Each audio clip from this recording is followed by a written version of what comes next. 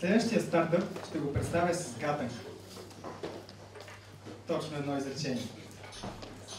Стая, в която за 1 час ще изпиташ страх, паника, радост и приключение. Що е то? Аплодисменти за Dextrophobia Rooms!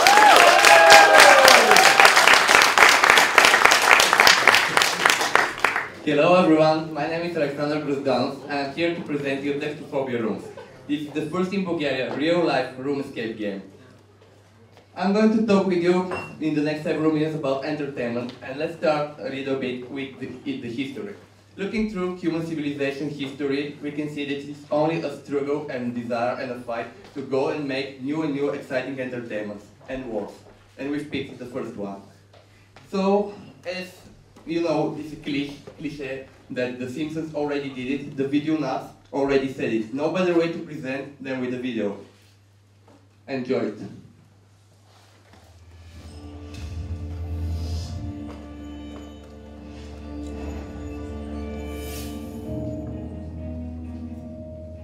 In Dextrophobia Rooms, rules are simple. 1 team, 1 room, 1 hour,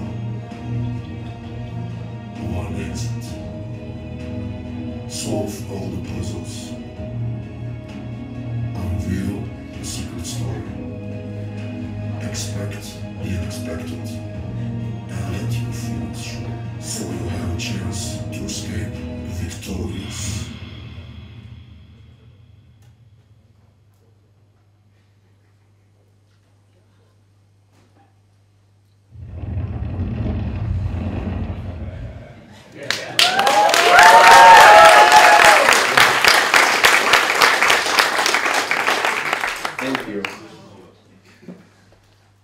Okay, so now what is left is to build a team from 2 to 5 people and enter our room.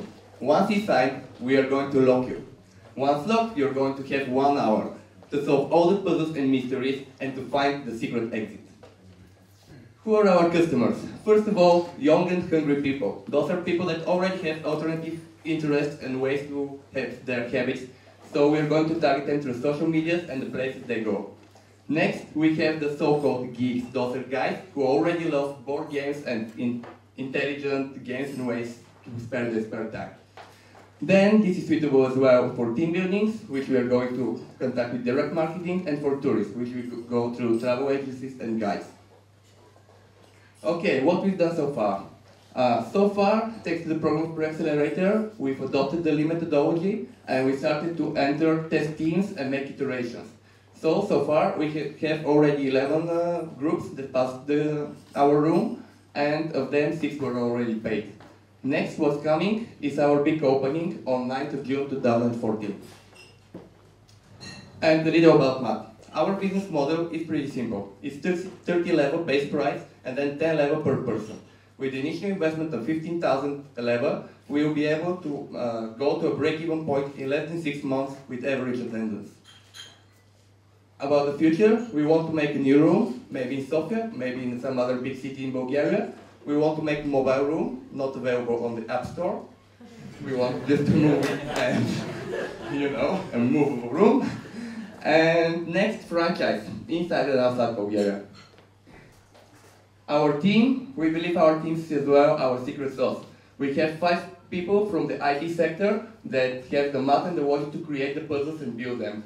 We have an accounting experienced lady, Bujidara, and we have Dimitar, who is making wonders with his hands, with every possible material. What we need you. We were looking for key partners, and we're also looking for customers. Today, just like 15 minutes ago, we have launched our website where it's possible to make reservation as early bird adopters. And you can find us on dextrophobiarooms.com, directly in our room in Sofia, in the center of Saxon Wheel, and in our mail address. Thank you.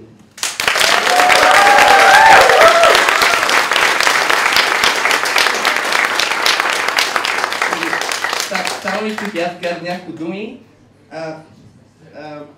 Да, мислих просто да кажа на семейството на Start Smart, че им благодарим, че ни осиновиха, няма по-добри родители, страхотни са.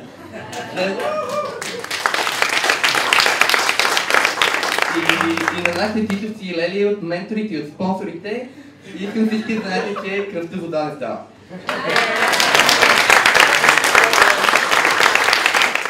Това беше и последния, 13-ти екип, който презентира днес. Нещо много бързо ми вмъкнах в програмата, горещо от последните минути. Искам да поканя Стефан Ганчев на сцената, партньор в Launch Hub, инвестиционния фонд Launch Hub. Заповядай, Стефан. Здравейте на всички.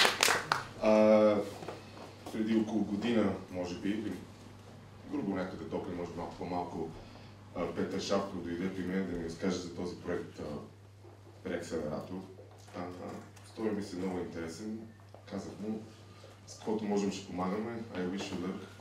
Може би много лесно щеше да му бъде като Ordinary Greek Organization да отиде и да вземе някакви европейски пари и да го направи този преакселератор. Момчетата обаче го направиха на мускули. Никой в един момент не вярваше, че ще стане, дори аз бях леко скептичен. И когато обявиха този кол и на всичко отгоре избраха наистина много хубави, много интересни компании. Нямах просто думи. Наистина много добра работа. Аз мисля, че това нещо е малкият елемент, който все още липсваше в нашата екосистема. Имаме вече от 2 години Launch Hub и Eleven Acceleration Fund. Нямаше нещо като преакселератора, който да прави тази допълнителна подготовка на екипи, селекция, тренинг, защото много от първите екипи, които се появиха при нас преди време, им липсваше това, което тук са получили. Ние много поддържаме това мероприятие, как да нарека тази програма. И за това реших малко спонтанно да дам wildcard днес на една от компаниите, които презентираха днес. Нашия selection процес е нещо като фуния. Имаме много submissions по различни канали, след което ги разглеждаме, интервюираме екипи, избираме най-накрая каним на нещо, което наричаме The Long Weekend, където компаниите стоят няколко дена с нас и решаваме финално да инвестираме или не в тях. Днес ще поканя един екип директно на този Long Weekend, т.е. реално те ще байпаснат целият този selection процес. Това е екипа на Paymore.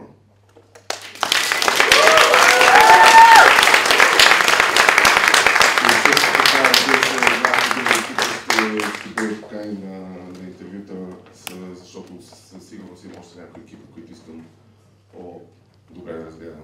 Това е от нас. Надявам се следващата селекция да е също толкова силна, ако не е по-силна. И, както казах, това беше missing element в нашата екосистема. Радвам се, че вече го има. Честито на Paymore. Благодарим на Launch Hub. Още няколко неща трябва да ви кажа. След края на събитието имаме желание да изпратим повече информация за всички екипи, които минаха днес, на всеки един от вас по имейл. Ако сте против това нещо, елате просто след края на събитието при някой от екипа на Start Smart и ни го кажете лично. Не по имейл. Друго нещо. Тук сме до 5 часа. Имаме нетворкинг, съвсем свободен. След това сме в Мементо, където ще отидем, ще хапнем и ще препинем. По-смелите от вас, нека се присъединят с нас в 11:30, където имаме резервация в клуб Алкохол, за да имаме една хубава вечер.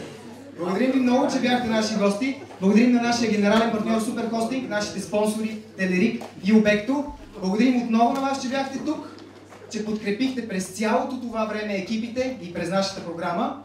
Пожелаваме ви спокойна вечер и дано да е било неспокойна вечер и дано да е било приятно, полезно и интересно за вас. Благодаря!